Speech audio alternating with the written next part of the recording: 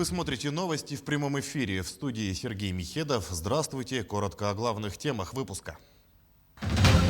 Глава региона провел очередное совещание оперативного штаба. Стоит ли ждать послабления ограничительных мер в ближайшее время?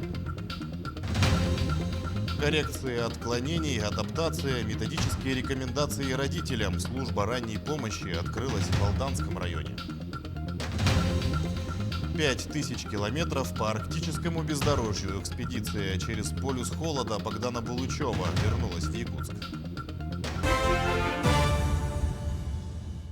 Правительство России расширило возможности досрочного выхода на пенсию для ряда профессий. Так, учителям, врачам, летчикам, пожарным, спасателям и ряду других категорий работников будут засчитывать в стаж работы периоды обучения и дополнительного профобразования, в том числе курсы повышения квалификации. Главное условие – в это время за сотрудниками должны сохраняться рабочие места и зарплата, а работодатели обязаны отчислять за них взносы на обязательное пенсионное страхование. Новый порядок распространяется на все категории работников, которые имеют право на досрочную пенсию по старости. Отмечается, что особенно он будет актуален для тех, чья профессия требует постоянного повышения квалификации. Для снижения риска заболеваемости в Якутии продолжается соблюдение ограничительных мер. За последнюю неделю эпидситуация в республике характеризуется как стабильная. В районах продолжается снижение заболеваемости, а в Якутске число выявляемых случаев COVID-19 остается на одном уровне. Глава региона провел сегодня очередное совещание республиканского оперативного штаба. Несмотря на сокращение количества тяжелых больных, летальные случаи все же есть. Поэтому соблюдение всех ограничительных мер необходимо продолжить, учитывая, что с потеплением начинается сезон ОРВИ и гриппа, подчеркнул Айсен Николаев.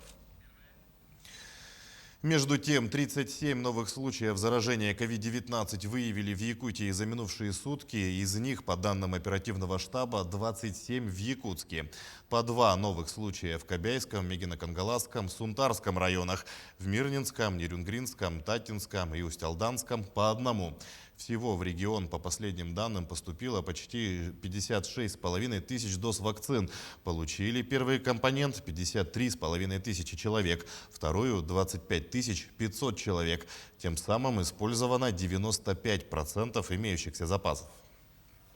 Впереди школьные каникулы. На них я хочу обратить сегодня особое внимание, потому что тот режим, в котором и то состояние, в котором находились ваши дети в школьных группах и в школьных классах, оно приводило к формированию своего рода коллективного иммунитета. Сейчас, во время школьных каникул, хотим обратить ваше внимание на необходимость нерасширения связей и контактов ребятишек между собой для того, чтобы непосредственно затем заново не начинать историю с формированием иммунитета и, соответственно, не давать распространять инфекции. Наледь образовалась на переправе Якутск-Нижний Бестях. Как сообщили в пресс-службе МЧС России по региону, в настоящее время она устранена, движение осуществляется беспрепятственно. При этом на некоторых участках дорожники все еще ведут работы по заливке льда, но это не мешает движению транспорта. В хозяйствах республики идет массовый отел коров. Например, у Владимировых сегодня еще одно прибавление. Ровно в 8:30 утра родился бычок. Его назвали Босойка. Таким образом, отелились 29 коров.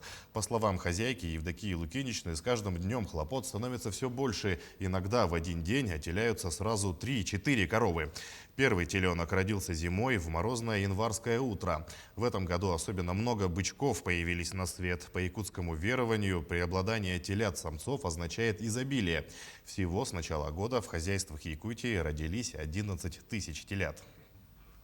8 часов 30 минут это отелилась бычок. Старая корова у нас, уже 6-7 отел. Отелилась она. Бычок очень хороший, крупный. Сдаем молоко гормозавод. Надеемся в этом году 80 тонн сдавать. В Якутии продолжается работа по организации служб ранней помощи. Так, очередная служба открылась в Алданском районе. Коррекция отклонений, адаптация, методические рекомендации родителям. Первыми пациентами станут малыши, которые придут в садик в новом учебном году.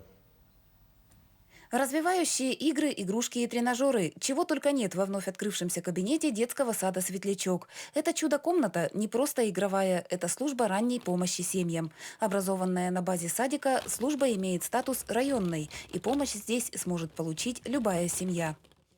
И эта служба как раз будет направлена на то, чтобы оказать помощь родителям, детям при выявлении каких-либо отклонений в психическом, эмоциональном, социальном развитии у ребенка. Психолого-педагогическая поддержка, коррекция поведения, адаптация в коллективе и содействие родителям в воспитании детей до 3 лет – таковы основные задачи службы ранней помощи. Комплексное оборудование приобретено по программе развития детей до 3,5 лет, а самыми маленькими пациентами службы станут двухмесячные малютки. План уже намечен, так как служба новая, для нас это все тоже неизвестное, мы все это пробуем, учимся. Сначала мы решили сейчас первую работу провести с родителями, которые получат путевки в сентябре в наш детский сад, отработать с ними индивидуально, продиагностировать, посмотреть уровень развития детей. С семьями будут работать педагоги, гигиенисты, психологи и логопеды. Помощь станет оказываться в разных формах – игровой, коллективной и индивидуальной, на дому и в условиях детского сада, а также дистанционно. Работа планируется комплексная, с привлечением врачей-педиатров, реабилитологов и адаптивных педагогов.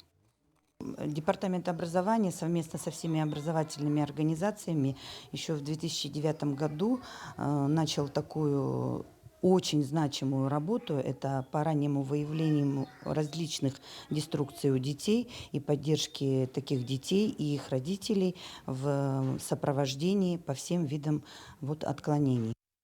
В Якутии службы ранней помощи открываются с 2012 года. В Алданском районе садик «Светлячок» стал первым. В будущем планируется организация аналогичных служб в других детских садах. Татьяна Вахнина, Георгий Баранов, Алдан. Исполнилось 100 лет со дня рождения Анны Жирковой, проработавшей 42 года в социальной сфере. В Вилюйском районе почтили память ветерана труда. Свою деятельность она начала в 1937 году, работала налоговым бухгалтером Вилюйского РИК. На этом поприще Анна Гаврилина показала себя исполнительным работником, знающим всю ответственность налоговой политики тех лет. До выхода на пенсию она проработала старшим инспектором райсобеса. Ветеран труда за период работы внесла весомый вклад в формирование многих поколений кадровых работников. Родственниками Анны Жирковой учреждена премия лучшему работнику пенсионной службы. В 2009 году мы учредили приз. Не приз, а памятный знак в честь мамы. Это лучшему работнику года пенсионного фонда. И уже вручали 10 лет. А потом пришли к мнению, что не надо каждый год вручать, а вручать по памятным датам. И мы рады, что пенсионный фонд поддерживает своих ветеранов. Это одна из таких организаций, которые помнят своих ветеранов. Настольные игры из дерева как альтернативу виртуальным создает столичный предприниматель Кэскил Прудецкий. Он более чем уверен, что за такими играми будущее. Настольные игры не только собирают всю семью за одним столом, но и развивают у детей и взрослых координацию, ловкость рук и мышления. Еще 2 года назад, создав для своих детей первую настольную игру из дерева, Кэскил Прудецкий и подумать не мог, что выйдет на массовые продажи. Сегодня он генеральный директор своей маленькой фирмы. Клиентская база наращивается ежедневно, а деревянные игры заказывают даже за рубежом. Арктическая экспедиция через полюс холода Богдана Булычева вернулась в Якутск. Блогеры-экстремалы проделали путь от столицы республики до Новосибирских островов. Это более 5000 километров по арктическому бездорожью при экстремально низких температурах. Не обошлось в поездке и без происшествий. Так, команда блогера-экстремала застряла в одной из трещин моря Лаптевых. Однако ситуацию удалось быстро взять под контроль. Сами путешественники уже не первый год покоряют Арктику. Более того, во время отчетной пресс-конференции экстремалы поделились дальнейшими планами по проектам о Якутии. Мы хотим взять собачьи упряжки. Скорее всего, это будут еще оленьи упряжки. Возможно, это будет еще лошадь. И будет современный вид транспорта. Мотособака, либо снегоход, может даже лыжи. И вот каждый из этих людей будет одет в соответствующую одежду, которая будет соответствовать его виду транспорта. На календаре март, а температура за окном нерюнгринцев по утрам все еще редко поднимается выше минус 40 градусов. Для Романа Хмелева это даже хорошо. Мужчина продолжает процедуры закаливания и подтверждает их положительное воздействие на организм. Сегодня на купание в открытом водоеме с Романом отправилась наш корреспондент Екатерина Павлова. Конечно, сразу ты не будешь заходить ни в воду, ни выход в лес там по 15-20 минут. Все начинается хотя бы с 5 минут. Даже можно просто с подъезда вышел, обтерся снегом и снова зашел в подъезд. Так раза 2, 3, 5 организм начинает привыкать. Чуть окреп, почувствовал, можешь уже больше. Это третья холодная зима для Романа, переехавшего в Нерюнгри из солнечной Украины. Первая зима в Якутии с резким перепадом температур для неподготовленного организма мужчины сказалась тяжело. Роман часто болел. Со второй зимы мужчина решил все поменять и начал постепенно закаляться, обтираться снегом, выходя на улицу на несколько минут. Дальше больше.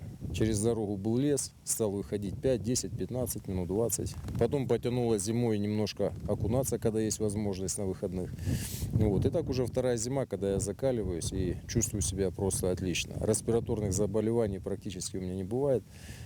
Хотя ковидом, да, мы все переболеваем.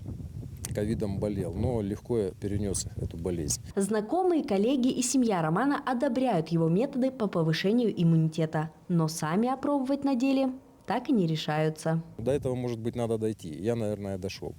И надеюсь, теперь всю свою жизнь буду закаляться так, как я закаляюсь сейчас. Первый раз на Нерюнгринском водохранилище Роман окунулся в воду в прошлом году на крещении. Такую процедуру организм принял с радостью, зарядился положительной энергией, и с тех пор мужчина старается в свободное время на выходных закаляться такими водными процедурами. Сегодня, пока мы снимали интервью, я получил прекрасную радостную весть. У меня родилась доченька, 3 килограмма 515 грамм, 53 рост. И сегодняшнее закаливание, окунание в воде я хочу посвятить Доте, да, и своей жене. Это для вас. Готовьтесь, будем заниматься с папой вместе, закаливаться. Здоровый образ жизни Романа длится круглый год. Летом мужчина купается в холодной воде местной горной реки, дома принимает контрастный душ и активно занимается спортом. Роман Хмелев советует начать отвыкать от прогретых квартир и теплых свитеров ради более выносливого и здорового тела. Ведь именно закаливание – самый верный способ повысить иммунитет естественным образом. Екатерина Павлова, Вадим Барашков, Нерюнгри. Мы продолжаем следить за развитием событий. Не забывайте носить маску, соблюдать безопасную дистанцию. Оставайтесь с нами.